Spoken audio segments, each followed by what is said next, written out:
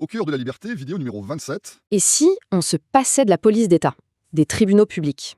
Ça a l'air un peu fou dit comme ça, non? Et pourtant, aujourd'hui, on va décortiquer une idée assez radicale qui vient tout droit de la pensée libertarienne. L'idée, c'est de se demander ce qui se passerait si la sécurité et la justice, vraiment les missions de base de l'État, eh bien, si elles étaient tout simplement confiées au marché libre. Alors, pour bien comprendre cette idée, voilà comment on va procéder. D'abord, on va poser les bases. C'est quoi exactement ces fameuses fonctions du roi? Ensuite, on verra comment un marché pourrait s'appliquer à la justice, et surtout comment ça changerait la donne en matière de prévention. Évidemment, on va s'attaquer à la grosse question, celle de la corruption. Et pour finir, on essaiera d'imaginer à quoi pourrait bien ressembler un tel monde, un paysage entièrement privé. Ok, première étape, les fonctions du roi. En fait, tout part d'une question de pouvoir. Historiquement, il y avait des tâches considérées comme tellement cruciales qu'elles ne pouvaient appartenir qu'au souverain, au roi. C'est ça qu'on appelle les fonctions régaliennes. Ce sont donc ces pouvoirs fondamentaux que seul l'État est censé avoir. Par exemple, la capacité de déclarer la guerre, de créer de la monnaie ou de rendre la justice au nom de tout le monde. C'est vraiment sur ces piliers-là que toute l'autorité de l'État s'est construite au fil du temps. Alors traditionnellement, la liste de ces fonctions est assez longue. On y met l'armée, la diplomatie, la monnaie, la justice, plein de choses. Mais la théorie qu'on explore aujourd'hui, elle, est beaucoup plus minimaliste. Elle nous dit qu'en réalité, il n'y a que deux fonctions qui sont vraiment essentielles. Les deux piliers sur lesquels tout repose, ce seraient la sécurité, donc protéger les gens, et la justice, c'est-à-dire arbitrer les conflits. C'est tout. Et c'est là que ça devient vraiment percutant. L'argument central, il est assez simple au fond. Pourquoi est-ce que la sécurité et la justice devraient être les seules choses à échapper aux lois de l'économie? Des lois qu'on applique à absolument tout le reste. L'idée, c'est que la concurrence, eh bien, ça marche. Ça nous donne de meilleurs produits à de meilleurs prix, que ce soit pour nos téléphones ou pour nos voitures. Alors pourquoi est-ce que ce même mécanisme ne pourrait pas s'appliquer à la loi et à l'ordre?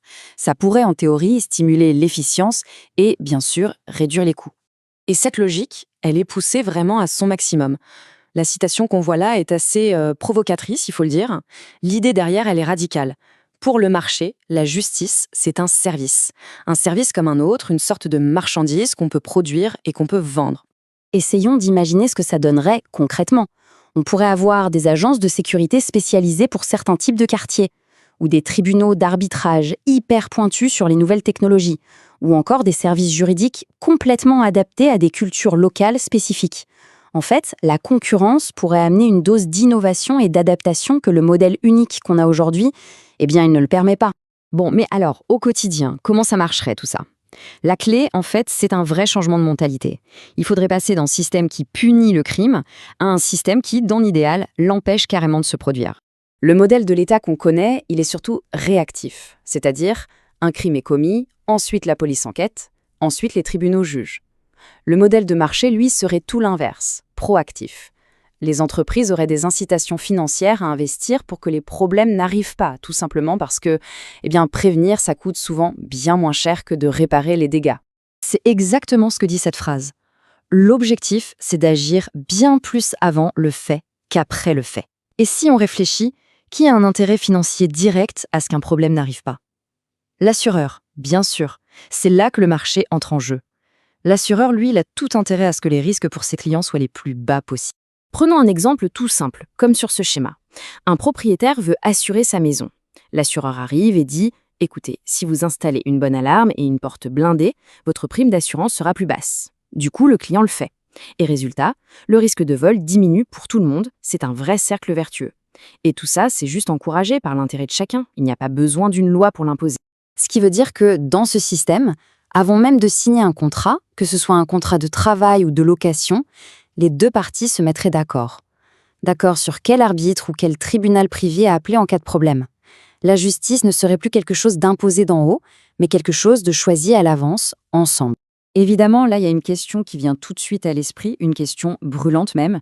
Dans un système comme ça, est-ce que les plus riches et les plus puissants ne pourraient pas tout simplement s'acheter les juges, et donc gagner à tous les coups? C'est vraiment l'objection numéro 1, celle qui peut faire s'écrouler tout le raisonnement. On peut même dire que c'est le test ultime pour voir si cette théorie tient la route. Alors, voyons comment elle tente d'y répondre. Alors la réponse, elle est assez contre-intuitive. L'idée, ce n'est pas qu'il faut plus de règles pour lutter contre la corruption, mais plus de concurrence. Le raisonnement, c'est qu'un tribunal qui se fait une réputation d'être corrompu, eh bien, il perdrait ses clients à toute vitesse. Sa réputation serait ruinée. Franchement, qui irait choisir un arbitre en sachant qu'il est à vendre? Pour illustrer ça, il y a l'anecdote de Rockefeller. Apparemment, il aurait essayé de créer un monopole sur le pétrole en rachetant tous ses concurrents, un par un. Sauf que son plan a foiré. Pourquoi? Parce que des petits malins ont commencé à créer des entreprises juste pour se faire racheter. La leçon, c'est la même pour la justice. Essayer de corrompre tous les tribunaux, ce serait un gouffre financier. Parce que la demande pour une justice honnête ferait que de nouveaux concurrents, eux, impartiaux, apparaîtraient sans arrêt. Et c'est là qu'on retourne complètement l'argument. Le vrai danger de corruption, nous dit cette théorie, il est en fait dans notre système actuel. Pourquoi? Parce que quand il n'y a qu'un seul système de justice, un monopole d'État, il suffit à des groupes d'intérêts puissants de l'influencer, et hop, tout le système est capturé. Et dans ce cas-là, les citoyens n'ont aucune autre option, nulle part où aller. D'accord, donc si on privatise la justice et la sécurité, la question logique c'est où est-ce qu'on s'arrête? Eh bien la logique de ce modèle, elle va beaucoup plus loin. Elle envisage une transformation radicale de la quasi-totalité des services publics. Dans cette vision du monde, il y a des fonctions qui disparaîtraient purement et simplement. Par exemple, les douanes, vues comme une sorte de raquette protectionniste, ou la diplomatie d'État, parce qu'aucune entité ne pourrait légitimement parler au nom de tout le monde. Et puis, il y a tout le reste, les routes, les prisons, et même la création de la monnaie. Tout ça serait géré par des entreprises privées, en concurrence les unes avec les autres. Bon, si cette idée, aussi radicale soit-elle, a piqué la curiosité, sachez qu'il y a toute une littérature sur le sujet pour creuser un peu plus loin. Ça va des classiques du 19e siècle jusqu'à des analyses bien plus modernes. Ces livres y couvrent vraiment tous les aspects. On a par exemple Gustave de Molinari qui a été l'un des premiers à poser les bases de cette idée au 19e siècle déjà. Et puis des auteurs plus récents comme Walter Block qui se penche sur des cas très concrets comme la privatisation des routes, ou encore Bruce Benson qui va chercher des exemples historiques de police privée pour étayer tout ça. Au final, toute cette analyse nous laisse avec une question assez fondamentale. On fait confiance à la concurrence pour à peu près tout dans nos vies, de ce qu'on mange aux technologies qu'on utilise tous les jours. Alors, quelle qualité si spéciale rendrait la sécurité et la justice totalement imperméables à ce principe? C'est une question qui, qu'on soit d'accord ou pas, force à réexaminer les fondations mêmes de notre société.